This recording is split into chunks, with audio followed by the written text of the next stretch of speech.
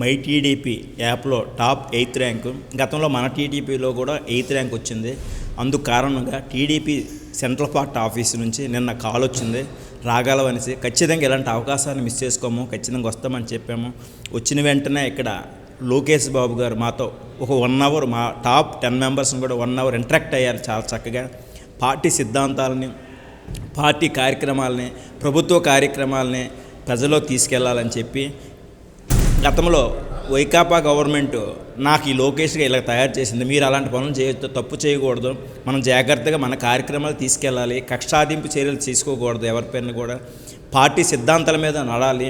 So ఇంకొకటి ఏంటంటే, నా కష్టాన్ని గుర్తించి ఈరోజు స్వయంగా నారా లోకేష్ కలిసి ఇండివిజువల్ ఫోటో తీసుకోవడం కాకుండా, మా గ్రూప్ సభ్యులందరికీ ఫోటోలు తీయడమే కాకుండా, రానున్న రోజుల్లో ఖచ్చితంగా అంటే మాకు ఏం కావాలని అడగొద్దనే ఛాన్స్ కూడా మాకు ఇవ్వలేదు. మీ 10 మంది బాధ్యత మాది. మాకు కూడా ఎంపైర్మెంట్ అంటే మేము ఆర్థికంగా ఎదుగుదల కావడానికి కూడా ఏ విధమైన చర్యలు తీసుకోవాలనే ఆలోచన కూడా అతనికి ఉంది. అంటే print media, electronic media, social మీడియాలో 18 అవర్స్ కూడా కష్టపడ్డాను.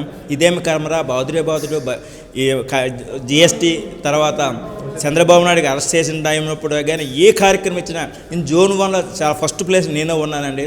నా ఫేస్బుక్ కానీ, యూట్యూబ్ కానీ, ట్విట్టర్ కానీ చాలా ఎక్కువ టైం కష్టపడతాను, తిప్పి కొడతాను. ప్రతిపక్షాలు అంటే గతంలో ప్రతిపక్షంలో ఉన్నప్పుడైనా, నేను అధికార పక్షంలో ఉన్నా సరే సోషల్ మీడియా ఎక్కువ వాడుతాను.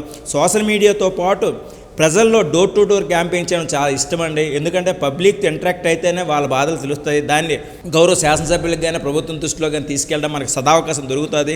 ఈరోజు నేను గ్రామస్థాయి నుంచి మండల పార్టీ అధ్యక్షుడిగా, జిల్లా అధికార ప్రతినిధిగా చేశాను.